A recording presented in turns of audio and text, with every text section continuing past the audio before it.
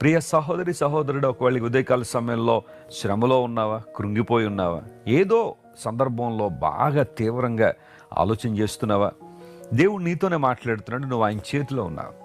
ఆయన చేతుల నుండి ఏ ఒక్కరు నిన్ను అపహరింపనేరు. బహుశా ఎవరైనా నేను చూసి సవాలు చేస్తున్నారా, నువ్వెలా పైకి వస్తావో చూస్తాం, నువ్వెలా అభివృద్ధి పొందుతావో చూస్తాం, ఈ సమస్య నువ్వెలా గట్టెక్కగలవో చూస్తామని నిన్ను చూసి, నీ సమస్యను చూసి చాలామంది హేళన చేస్తున్నారా? డోంట్ వరీ, నువ్వు చింతపడాల్సిన అవసరం లేదు. తన చేతి నీడలో నేను దాచే దేవుని వైపు చూడు.